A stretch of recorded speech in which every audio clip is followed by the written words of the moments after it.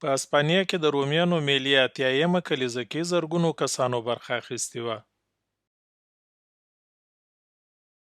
د توماتینا فستیوال په دې کلنیو مراسمو کې خلک یو پر بل د رومیانو ګزارونه کوي. د ګډونوالو سپین کالي د رومیانو په رنګ رنګیږي.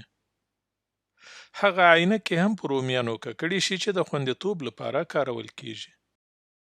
د سږکال میله د توماتیراپیا یا رومیانو تراپي په نوم نومول شوې وه. دا ځکه چې په 2024 کال کې بیونول سیمه سختو سیلابونو ځپلې وه.